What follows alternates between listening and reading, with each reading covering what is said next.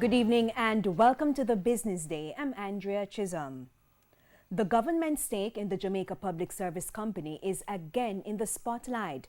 This time, Prime Minister Andrew Holness confirmed how he plans to dispose of the asset.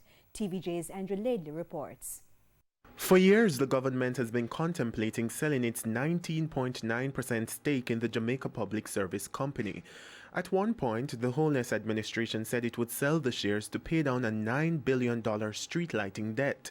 That debt was cleared without selling the shares. But the government is still trying to sell its stake. Prime Minister Andrew Holness now confirming that the shares will be up for sale on the stock market soon.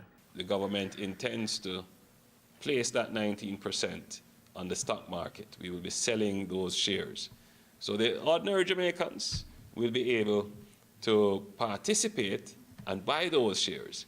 And I'm certain that that is going to increase the value of the company. Without any solid indication of when the divestment would take place, Mr. Holness claimed that the decision to sell the shares is geared towards broadening the ownership base of JPS. But the government has also been silent on just how much they'd be willing to sell the shares for. The Prime Minister hinted that the value of the company has increased following a recent modernization project. The JPS has managed to change out more than 50% of its old generating capacity, making the JPS probably one of the most modern utilities in the Caribbean. And that has improved their efficiency and indeed the cost of energy to Jamaica. JPS is the island's only power distributor. 80% of the light and power companies owned jointly by Japanese-based Marubeni Corporation and Korea East-West Power. Apart from the government's 19.9%, the remaining shares are held by a small group of minority shareholders. Andrew Laidley, TVJ News.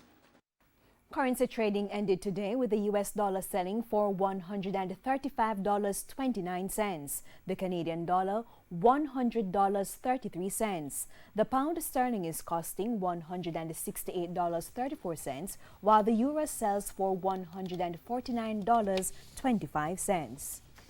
To the stock market now, the JSE index lost 6,459 points today, while the junior market index went up by 36 points. Among the winners, JMMB Group 7.5%, Radio Jamaica, Wigton Wind Farm, Stationery and Office Supplies, and Main Event Entertainment Group.